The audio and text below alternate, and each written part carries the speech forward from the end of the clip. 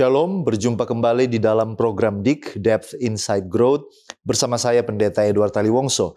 Program ini menyajikan diskusi dan kajian mendalam mengenai tokoh, tema, ataupun narasi tertentu di dalam Alkitab.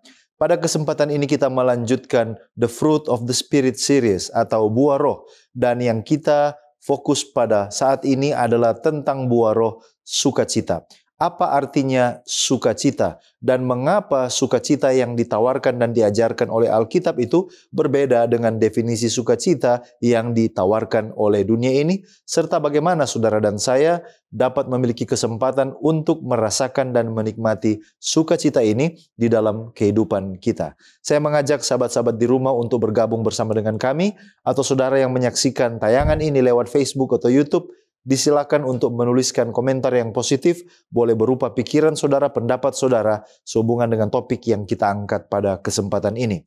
Dan untuk membahas pelajaran kita pada kesempatan ini, kami telah mengundang seorang narasumber. Narasumber kita adalah hamba Tuhan Pendeta Rian Reflando Kuhu, MTH, MPhil, MPD. Beliau telah menikah dengan Ibu Dr. Gracia Lintuuran, dan keluarga hamba Tuhan ini diberkati dengan seorang anak yang diberi nama Jonah Jeremiah Kuhu berusia 3 tahun. Beliau menamatkan pendidikan S1 pada tahun 2015 dari Universitas Kelabat, lalu kemudian Master Teologi pada tahun 2019 dari STT Baptis Jakarta, menamatkan pendidikan Master Pendidikan dari STT Okumene Jakarta tahun 2019, lalu kemudian Master Filsafat dari Universitas Advent Indonesia pada tahun 2023. Telah melayani dari tahun 2016 sampai 2023 sekarang ini, sementara melayani sebagai pendeta jemaat di wilayah Tompasok Barat. Dengan pengalaman hamba Tuhan, latar belakang pendidikannya, saya percaya ini akan sangat menolong kita dalam diskusi kita topik yang sangat menarik ini. Mari kita sapa narasumber kita. Apa kabar Pendeta Rian? Puji Tuhan, baik Pendeta. Ya, terima kasih Pendeta boleh menyampingkan waktu untuk boleh datang dan melayani bersama dengan kami di Cornelius Media. Terima kasih Pendeta. Dan sahabat-sahabat di rumah tetaplah bersama dengan kami, karena setelah yang satu ini kita akan kembali bersama dengan narasumber kita, Pendeta Rian Kuhu, tetap di program DIK, Depth Insight Growth.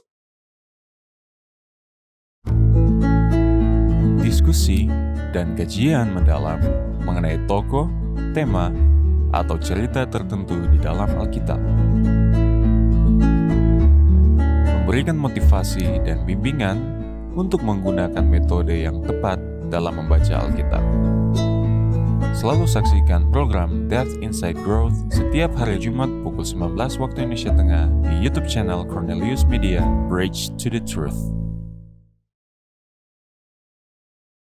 Kembali lagi bersama dengan kami di dalam program DIK, Depth Insight Growth, di mana kita mempelajari Alkitab secara mendalam untuk memperluas wawasan dan mengharapkan terjadi pertumbuhan kerohanian. Bagi sahabat-sahabat yang baru bergabung, episode kali ini kita mencoba berfokus kepada buah roh, yaitu sukacita.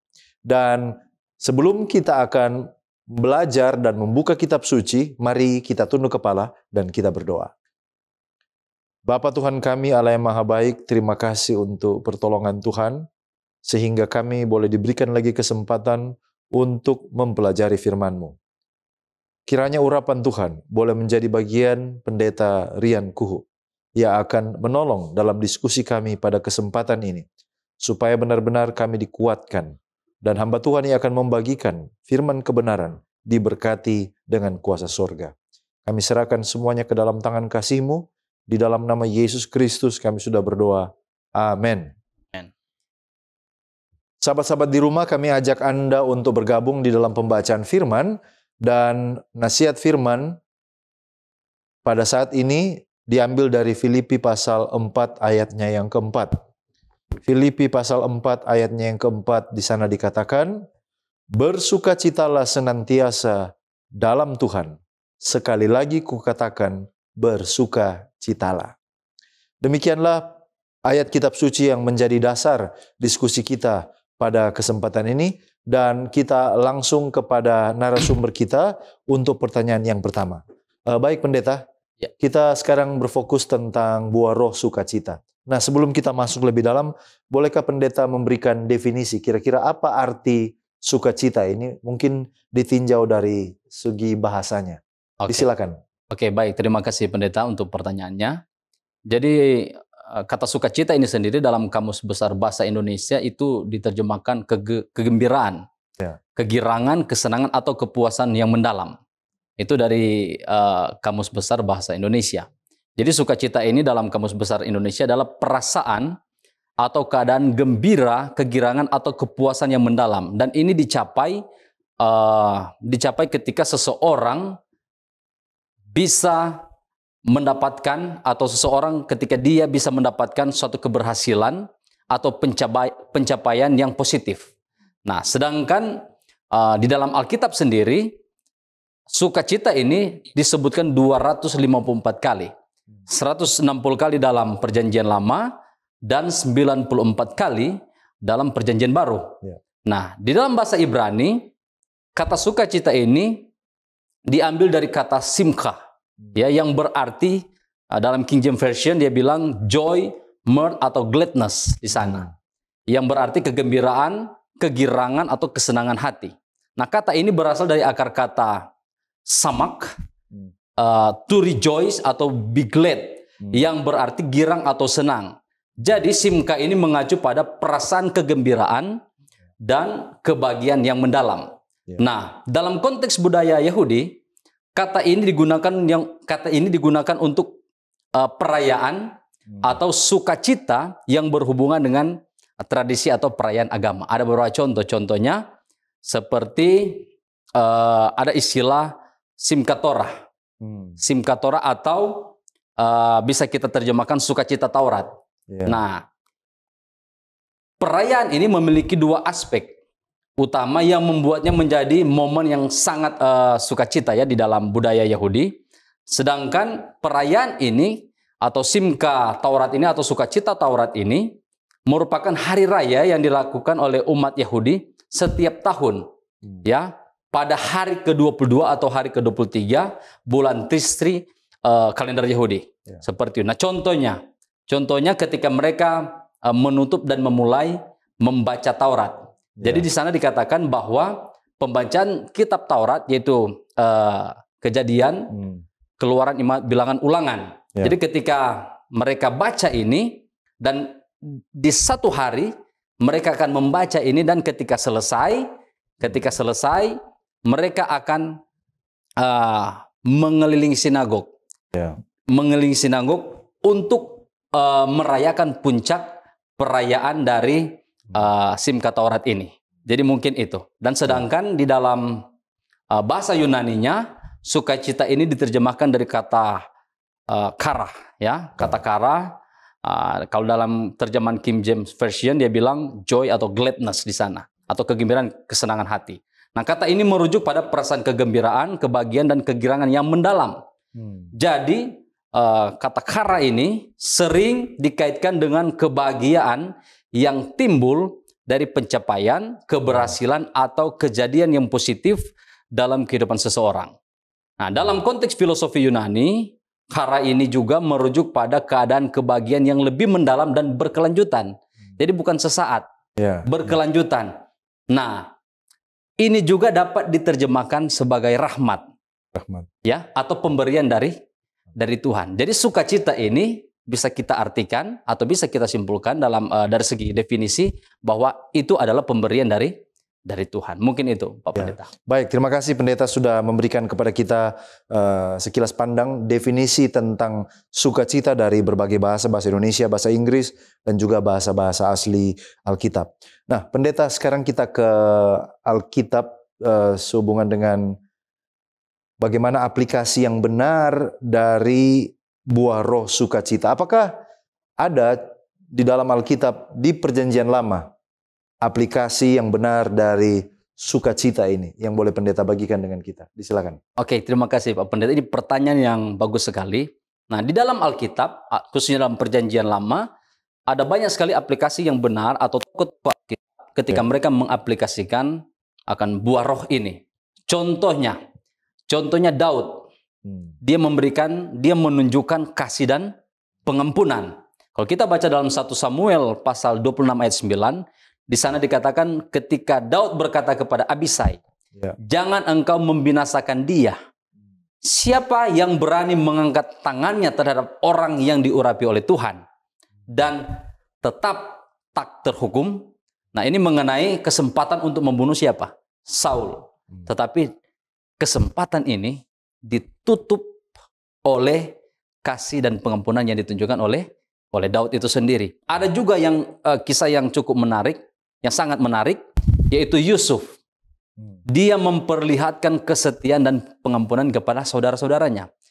Jadi kita tahu sejarah Yusuf kan, Ya. walaupun dia dikucilkan oleh kakak-kakaknya, saudara-saudaranya, dijual, ya, dimasukkan ke dalam sumur dan dijual kepada orang Mesir.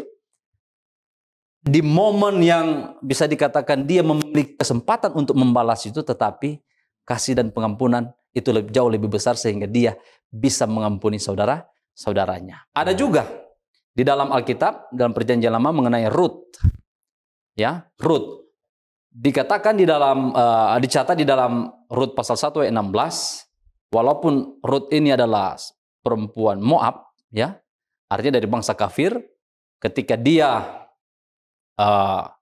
menjadi umat Tuhan dengan dia menikah dengan Boas, setelah Boas mati, dia tetap mengikuti mertuanya. Kenapa? Karena dia menunjukkan ketulusan dan kesetiaan. Dia tidak kembali kepada bangsanya, tapi dia tetap berada di dalam kebenaran. Itulah contoh kisah yang sangat menarik yang bisa kita lihat dalam kitab Perjanjian Lama. Baik, terima kasih Pendeta. Pertanyaan yang sama sehubungan dengan apa yang kita bahas, yaitu di Perjanjian Baru. Apakah ada juga yang Pendeta boleh bagikan dengan kita di Perjanjian Baru? Ya, di Perjanjian Baru banyak sekali tokoh-tokoh Alkitab yang menunjukkan atau menghidupkan aplikasi yang benar mengenai buah roh itu sendiri. Nah, kalau kita lihat contohnya Petrus, ya, kita bisa lihat dalam 1 Petrus pasal 4 ayat 8, 2 Petrus 1 ayat 5 sampai 7, di mana ia menunjukkan kasih, kebaikan, kesetiaan dan ketabahan dalam pelayanan dan pengajarannya. Jadi banyak sekali tantangan yang dihadapi, tapi dia tetap masih menunjukkan apa? Kasih dan kebaikan.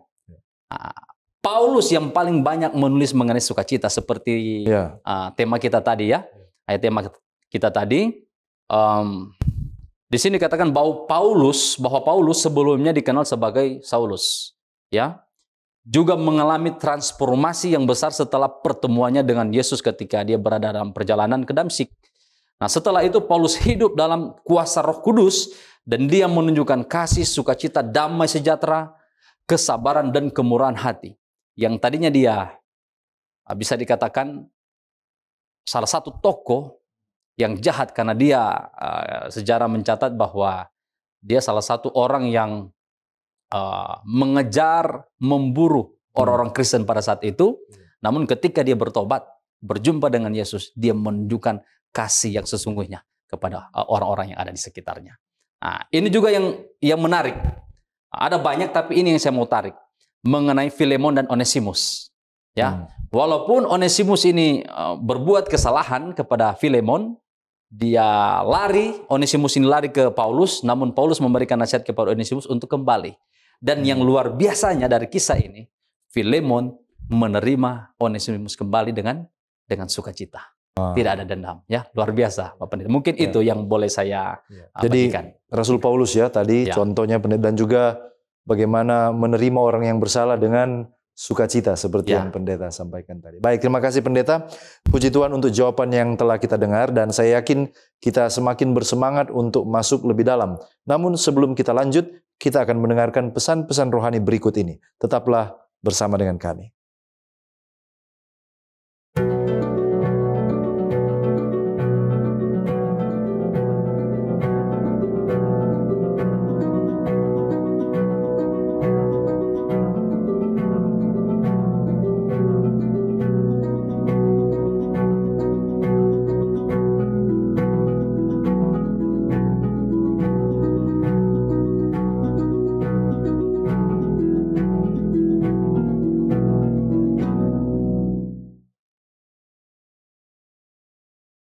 Kita melanjutkan diskusi kita di dalam program DIK, Depth Insight Growth.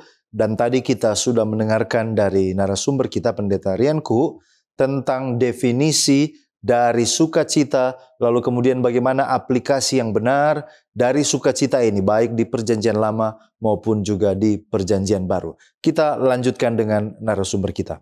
Baik Pendeta, sekarang kita berpindah kepada Yesus sendiri. Kira-kira di dalam kehidupan Yesus, baik itu lewat ajarannya, khotbah ataupun ucapannya, dan juga perbuatan, tindakannya.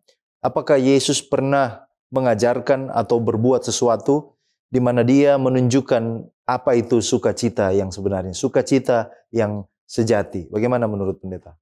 Ya, Yesus dia adalah teladan yang sempurna dalam menghidupi buah roh.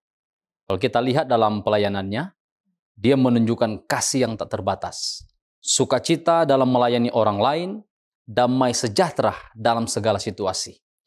Dia sabar terhadap kesalahan orang-orang yang ada di sekitarnya, dan kebaikannya tiada tanding. Ya, itulah Yesus. Yang pertama kasih. Ya, di dalam Matius pasal 22 ayat 37 dan 38. Ajaran Kristus yang paling terkenal adalah kasih. Hukum yang paling besar yaitu kasihilah Tuhan Allahmu dengan segenap hatimu dan dengan segenap jiwamu, bahkan dikatakan dan dengan segenap akal budimu. Dan dikatakan bahwa itulah hukum yang terutama dan yang pertama. Jadi kasih itu sangat penting dan itulah yang dihidupkan oleh Yesus. Bahkan di dalam Matius pasal 22 ayat 39 di sana dikatakan bahwa Yesus juga mengajarkan orang-orang agar saling mengasihi sesama mereka dan mengutamakan orang lain di atas diri sendiri, yang dasarnya adalah kasih. Kemudian Yesus juga mengajarkan mengenai sukacita. Di dalam Yohanes pasal 15 ayat 11, dalam persekutuan dengan Allah, Yesus mengajarkan bahwa hubungan yang akrab dengan Allah akan membawa sukacita. Luar biasa. Jadi ketika kita membangun hubungan yang erat dengan Tuhan, ada sukacita di sana. Kemudian di dalam Matius pasal 5 ayat 9, Yesus juga memberikan pengajaran atau ajaran tentang pentingnya damai atau perdamaian. Dikatakan berbahagialah orang yang membawa damai, karena mereka akan disebut anak-anak Allah. Anak-anak Allah, seperti itu. Jadi ciri-ciri anak-anak Allah adalah cinta damai. Jadi mungkin bisa dikatakan bahwa ketika kita menjadi umat Allah yang setia, kita akan cinta damai. Dan ketika kita cinta damai, kita akan disebut anak-anak. Dan masih banyak lagi ajaran Yesus mengenai buah roh ini. Dia juga mengajarkan kesabaran seperti pendahuluan saya katakan tadi. Dia sabar terhadap orang-orang yang menganiaya dia. Dan kesetiaannya tidak perlu diragukan lagi. Ya, ketika dia berada di Taman Getsemani, dia tetap berada di posisi setia, sekalipun dia mengeluh seakan-akan Tuhan meninggalkan dia. Ya, dan Yesus ini penuh dengan kelemah lembutan, makanya anak-anak banyak datang kepada Yesus. Ya, Matius pasal 16 ayat 24, penguasaan diri, Matius 1, 11 ayat 29, yaitu kelemah lembutan. Jadi banyak sekali ajaran-ajaran mengenai buah roh yang ditulis mengenai bagaimana Yesus menghidupkan akan buah roh itu sendiri. Makanya saya katakan tadi bahwa Yesus adalah teladan yang tepat di dalam menghidupkan buah roh itu sendiri. Baik, terima kasih Pendeta. Apakah ada cara atau bagaimana caranya kita bisa melihat bahwa seseorang itu telah mempraktikkan buah roh teristimewa? Fokus kita itu bicara tentang sukacita ini. Apakah kita bisa melihat dan menilai baik diri kita maupun juga orang lain? Bagaimana Pendeta melihat hal ini? Ya, terima kasih Pak. Ini baik sekali pertanyaan ini, bagus sekali. Nah, bagaimana melihat ciri-ciri orang yang telah mempraktikkan buah roh? Ya, orang yang hidup dalam buah roh, kalau kita lihat pembahasan di atas tadi, orang yang hidup dalam roh, dalam buah roh, ia akan menunjukkan kasih yang tulus dan tidak egois kepada orang lain. Ya, mereka akan melayani, membantu dan mengasihi sesama tanpa memandang suku, ras, budaya, dan latar belakang seseorang. Kemudian, orang yang hidup di dalam roh akan memiliki sukacita dalam hati dan menghadapi kehidupan dengan pandangan yang positif. Mereka akan memancarkan kegembiraan dan optimis yang menular kepada orang yang ada di sekitar. Kemudian, orang yang hidup di dalam roh akan berusaha menjaga perdamaian dalam hubungan dan situasi apapun yang mereka hadapi. Dan mereka akan berusaha menyelesaikan konflik dengan cara yang bijaksana. Orang-orang seperti ini pasti akan mengutamakan perdamaian. Seperti itu. Nah kemudian, orang yang hidup di dalam roh akan memiliki kesabaran dalam menghadapi tantangan bahkan kesulitan. Jadi mereka sabar. Bahkan ketika ada orang yang berbuat kesalahan, mereka tetap sabar. Bahkan mengampuni orang tersebut. Kemudian, orang yang hidup dalam buah roh akan menunjukkan kemurahan hati, belas kasihan terhadap orang-orang yang membutuhkan. Jadi, orang yang hidup dalam roh ketika dia melihat orang susah, orang yang membutuhkan, dia akan mengulurkan tangannya untuk orang itu. Nah, kemudian, kesetiaan. Nah, kesetiaan ini penting sekali. Orang yang hidup dalam roh memiliki kesetiaan yang kuat terhadap yang pertama, kepada Allah dan sesama. Mereka akan teguh dalam iman, dapat diandalkan dalam hubungan dan memenuhi komitmen mereka dengan Tuhan. Kemudian, orang yang hidup di dalam buah roh akan menunjukkan kelemah lembutan dalam memperlakukan orang lain. Tidak kasar. Nah, jadi seperti Yesus, kenapa anak-anak suka datang kepada Yesus? Karena Yesus itu lemah lembut. Seperti itu. Dan yang terakhir yaitu penguasaan diri. Orang yang hidup dalam buah roh akan memiliki penguasaan diri dan dapat mengendalikan dorongan duniawi. Mereka akan menolak godaan dosa dan hidup dalam ketaatan terhadap kehendak Allah. Jadi inilah ciri-ciri orang yang betul-betul hidup di dalam roh. Mungkin itu Pak Pendeta. Baik, terima kasih Pendeta. Kita sudah melihat tadi ya bagaimana ciri-ciri orang yang menghidupkan buah roh di dalam kehidupan mereka. Nah, kira-kira apa manfaat kita menghidupkan buah roh ini bagi saya secara pribadi, hubungan saya dengan orang lain, dan teristimewa hubungan rohani saya dengan Tuhan. Bagaimana Pendeta melihat hal ini? Ya, ketika kita mengamalkan buah roh, ada banyak sekali keuntungan Pak Pendeta. Yang pertama bagi diri sendiri. Nah, bagi diri sendiri ketika kita mengamalkan buah roh tersebut, ada kedamaian dan kebahagiaan di dalam hati kita secara pribadi. Jadi mengamalkan buah roh seperti kasih, sukacita, damai sejahtera, kesabaran akan membawa kedamaian dan kebahagiaan dalam hati seseorang. Mereka akan mampu mengatasi stres, kegelisahan, dan ketakutan yang berlebihan. Itu yang pertama. Yang kedua, untuk diri sendiri ya, yaitu pertumbuhan rohani. Pertumbuhan rohani. Mereka akan mempraktekkan buah roh di mana membantu seseorang untuk tumbuh secara rohani. Mereka akan menjadi lebih dekat dengan Allah, memperoleh pemahaman yang lebih dalam tentang Tuhan itu sendiri. Dan kemudian kesatuan di dalam diri. Jadi ketika seseorang mempraktekkan buah roh, karakter dan tindakan mereka akan serasi dengan nilai-nilai kekristenan yang tentunya yang diajarkan oleh Tuhan Yesus itu sendiri. Nah kemudian keuntungan hubungan dengan sesama. Yeah. Ada 2 poin yang perlu saya bagikan, yaitu kasih dan pengampunan. Mengamalkan buah roh seperti kasih, pengampunan, dan kemurahan hati akan memperkuat hubungan kita dengan sesama. Itu. Kemudian ini akan menciptakan hubungan yang erat, mendorong perdamaian, dan ada kerjasama di sana. Seperti itu. Dan kemudian kesetiaan dan kejujuran, ya. Jadi mengamalkan buah roh seperti kesetiaan dan kejujuran dan keadilan akan memperkuat kepercayaan dalam hubungan dengan sesama manusia. Dan ini akan menciptakan lingkungan yang aman, saling mendukung, dan saling menghormati. Saling menghormati. Dan kemudian yang terakhir, apa manfaatnya ketika kita mengamalkan buah roh mengenai hubungan kita dengan Tuhan? Yang pertama, ada kesetiaan dan ketaatan di sana. Jadi, ketika kita mengamalkan buah roh seperti kasih, kesetiaan, dan ketaatan kepada Tuhan, akan memperkuat hubungan pribadi kita dengannya.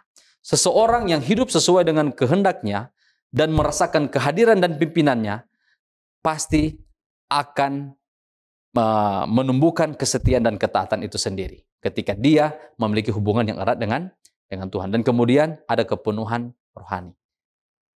Ada kepenuhan. Jadi orang yang maksudnya manfaat buah roh, yaitu dia akan menjadi orang yang rohani. Ketika dia menghidupkan buah-buah roh itu, dia akan menjadi orang yang rohani. Kalau di sini dikatakan mempraktikkan buah roh, membantu seseorang untuk hidup dalam pengaruh Roh Kudus.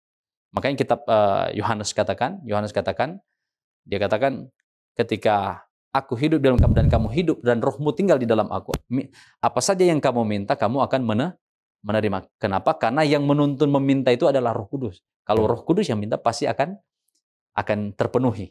Seperti itu. Mungkin itu, Pak Pendeta. Baik, terima kasih Pendeta. Luar biasa kita sudah menggali sejauh ini tentang bagaimana ajaran Kristus, lalu juga bagaimana kita melihat ciri-cirinya di dalam kehidupan kita. Kita masih akan kembali bersama dengan narasumber kita, Pendeta Rian Kuu, dan kita akan kembali dengan pertanyaan-pertanyaan yang sifatnya lebih aplikatif. Jangan kemana-mana, tetaplah bersama dengan kami.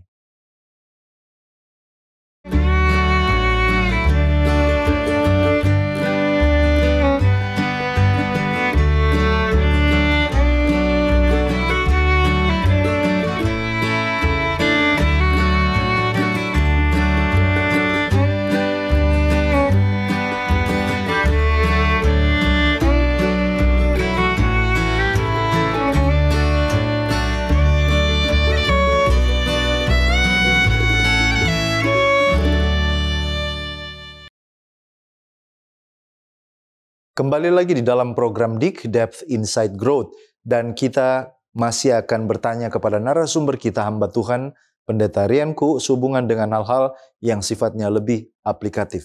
Nah, Pendeta sudah jabarkan tadi tentang ciri-ciri, lalu kemudian definisi, ajaran Yesus tentang buah roh. Kira-kira pertanyaan selanjutnya, bagi sahabat-sahabat di rumah yang bertanya, hal-hal apa yang harus saya mulai lakukan untuk memiliki buah roh tersebut? Teristimewa mungkin buah roh sukacita yang bisa Pendeta bagikan dengan kita. Baik, terima kasih Pak Pendeta. Jadi untuk memiliki dan mempraktikkan buah roh dalam hidup kita, ada beberapa hal yang bisa kita mulai ya dari sekarang. Yang pertama adalah menumbuhkan hubungan yang erat dengan Tuhan secara pribadi.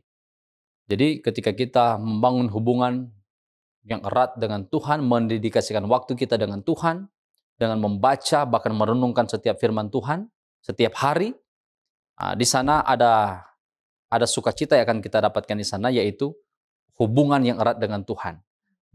Dan ketika kita selalu memiliki hubungan yang erat terhadap komunitas kita, baik di gereja maupun kelompok kecil, hal-hal sepertinya yang akan menumbuhkan hubungan yang erat dengan Tuhan secara pribadi. Kemudian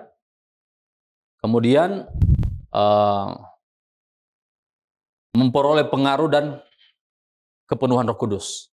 Nah, ini maksudnya kita harus dalam setiap saat meminta tuntunan Roh Kudus untuk memimpin hidup kita, sehingga kita dimampukan untuk hidup sesuai dengan kehendak Allah. Itu kan Rasul Paulus juga menasihatkan itu. Dan membuka diri kita untuk menerima dan mengizinkan Roh Kudus untuk menuntun hidup kita setiap hari. Dan inilah yang akan membuat kita memperoleh pengaruh dalam kehidupan kita sehari-hari. Nah, kemudian kita harus mengenali dan memahami karakteristik buah roh itu sendiri. Ya. Jadi pelajari dan renungkan karakteristik buah roh yang tercantum di dalam Alkitab. Seperti kasih, sukacita, damai sejahtera, dan selanjutnya, dan seterusnya. Kemudian kita renungkan itu. Kita renungkan bagaimana karakteristik tersebut dapat diterapkan dalam kehidupan kita secara pribadi. Baik dalam hubungan dengan Tuhan maupun dengan sesama. Nah, di sini dikatakan juga berlatih dalam kehidupan sehari-hari. Maksudnya mencari kesempatan untuk mempraktekkan buah roh itu dalam interaksi sehari-hari dengan orang lain. Jadi kita harus praktekkan itu. Kita harus praktekkan. Kemudian berusaha untuk berlaku dengan kasih, pengampunan, kesabaran, kebaikan, dan kerendahan hati. Kemudian di sini katakan juga berlatih dalam situasi-situasi yang menantang, ya, untuk menunjukkan karakteristik buah roh seperti menghadapi konflik dan ketidakadilan. Jadi ketika ada situasi seperti ini, inilah kesempatan kita untuk menunjukkan atau mempraktekkan buah roh itu sendiri. Mungkin itu, Pak Pendeta. Baik, terima kasih. Luar biasa, Pendeta. Jadi ternyata setiap kesulitan, kesukaran itu adalah kesempatan bagi kita untuk mempraktekkan Ya, betul buah roh sebagaimana yang sudah kita pelajari, ya, kesempatan untuk mempraktekkan. Nah, berlawanan dengan pertanyaan tadi, Pendeta, kalau begitu hal-hal apa yang harus saya hindari supaya tidak menghalangi saya untuk memiliki buah roh ini? Bagaimana Pendeta melihat hal ini? Ya, terima kasih Pak Pendeta. Jadi untuk menghindari hal-hal yang dapat menghalangi pertumbuhan dan manifestasi buah roh dalam hidup kita, berikut ada beberapa hal yang perlu kita hindari. Yang pertama, dosa yang disengaja. Hindarilah dosa yang disengaja dan bersikap tegas dan menjauhinya. Ada banyak contoh dosa-dosa yang disengaja. Dan bertobatlah dan meminta pengampunan kepada Tuhan ketika kita melakukan dosa. Dan berusaha untuk meninggalkan pola hidup yang tidak baik. Artinya pola hidup yang bertentangan dengan perintah-perintah Tuhan. Kemudian ketidaktaatan terhadap firman Tuhan. Jadi hindari ini. Ya. Artinya kebalikannya, harus taat. Ya. Seperti jaga ketaatan terhadap ajaran dan prinsip-prinsip yang ada di dalam Alkitab. Jadi ketika Tuhan bilang A, kita harus ikut itu. Kita harus ikut itu. Jangan Tuhan bilang A, kita ikut B. Ya. Tuhan tunjukkan jalan ini, kita ikut yang ini. Seperti itu. Jadi di sini dikatakan, telitilah untuk hidup sesuai dengan kehendak Allah dan jangan mengabaikan petunjuk Tuhan. Seperti itu. Dan kemudian di sini dikatakan kebanggaan dan keegoisan. Hindari itu. Jadi hindari sikap sombong, egois, dan yang hanya mencari kepentingan diri sendiri. Kemudian di sini dikatakan bahwa prakteklah hidup kerendahan hati dan berfokus kepada pelayanan kepada orang lain berdasarkan kasih. Ada banyak lagi di sini yang harus kita hindari, yaitu lidah, ya. Berbicara yang tidak sesuai, seperti yang merusak. Jadi lidah kita ini bisa merusak hubungan, bisa merusak diri kita sendiri hanya dengan Jadi ketika kita berkata-kata, biarlah kata-kata yang keluar dari mulut kita itu adalah kata-kata berkat, ya, seperti itu. Dan kemudian ini juga kurangnya hubungan dengan Tuhan, ya, kita harus hindari. Jadi artinya banyaklah membangun hubungan dengan Tuhan. Ini juga saya sudah beberapa kali sampaikan tadi. Hindari lingkungan yang negatif. Ada orang yang berpikir, oh saya kuat iman. Saya berada di lingkungan yang contohnya pemabuk semua. Tapi dia berpikir dia kuat, akhirnya dia juga jadi pemabuk. Jadi hindari situasi yang memancarkan hal-hal yang negatif. Seperti itu. Kemudian, ini yang penting. Ketidakpengendalian diri. Artinya kita harus bisa mengendalikan diri kita. Menahan diri adalah alat yang ampuh untuk mengatasi setiap masalah. Ya, ini saya kutip dari satu penulis. Yang menahan diri adalah alat yang ampuh untuk mengatasi setiap masalah. Seperti itu. Nah, mungkin itu, Pak Pendeta. Baik, terima kasih Pendeta. Itulah hal-hal yang harus kita hindari. Karena kalau kita melakukan hal-hal ini, maka ini merampas sukacita dalam kehidupan kita. Baik Pendeta, kita hampir tiba di penghujung dari diskusi kita. Kalau ada mungkin kutipan atau ya tulisan yang diinspirasikan, amaran atau teguran, nasihat sehubungan dengan buah roh ini, apa yang Pendeta bisa bagikan untuk kita? Ya, ada beberapa kutipan yang perlu kita dengarkan pada saat ini. Pena inspirasi dia menuliskan dalam buku The Acts of the Apostles, halaman 284. Dia bilang di sana, buah roh yaitu kasih, sukacita, damai sejahtera, kesabaran, kemurahan hati, kebaikan, kesetiaan, kerendahan hati, dan penguasaan diri tidak tumbuh secara instan. Mereka berkembang seiring dengan kerja kuasa penyucian dan pembaharuan dari Roh Kudus. Jadi buah roh ini tidak instan. Dia ada proses dan itu akan terjadi ketika kita memiliki hubungan yang erat dengan Tuhan. Kemudian pena inspirasi juga menulis dalam buku Set to Christ, halaman 68, dia bilang begini, jika kita mengizinkan Kristus masuk ke dalam hidup kita, buah roh akan tumbuh dan terlihat dalam karakter kita. Dalam kemurahan hatinya, Kristus memberikan kasih, sukacita, dan damai sejahtera yang tak tergoyahkan. Jadi buah roh itu akan hidup jika kita mengizinkan Kristus itu masuk di dalam kehidupan kita. Mungkin yang terakhir ini dalam pena inspirasi, dalam buku Desire of Ages, halaman 676, dia bilang begini, jika kita ingin menghasilkan buah roh, kita harus memperoleh pemurnian pribadi melalui pengaruh Roh Kudus. Allah mengizinkan agar setiap orang percaya menjadi saksi hidup yang membawa buah-buah roh dalam tindakan dan karakternya. Jadi pemurnian hati secara pribadi itu penting dengan Tuhan. Ya, karena kalau kita tidak lakukan itu, ini buah roh ini tidak akan terlihat dalam karakter kehidupan kita. Mungkin itu Pak Pendeta. Baik, terima kasih Pendeta, luar biasa. Benar-benar tulisan yang menginspirasi bagi kita. Sungguh sangat menarik diskusi dan pendalaman kita pada kesempatan ini. Dan saya sangat yakin kita semua, saya dan sahabat-sahabat di rumah, sangat terberkati lewat diskusi yang sudah kita ikuti ini. Dan kita tiba kepada bagian rangkuman pembahasan sebagai kesimpulan atau closing statement, sesuatu yang bisa dibawa pulang. Kira-kira ada hal yang Pendeta mau sampaikan, disilakan. Ya, jadi yang perlu saya sampaikan pada saat ini adalah marilah kita membangun hubungan yang erat dengan Tuhan. Karena tanpa hubungan yang erat pribadi dengan Tuhan, buah roh itu tidak akan terlihat. Dan sukacita itu adalah pemberian dari Tuhan.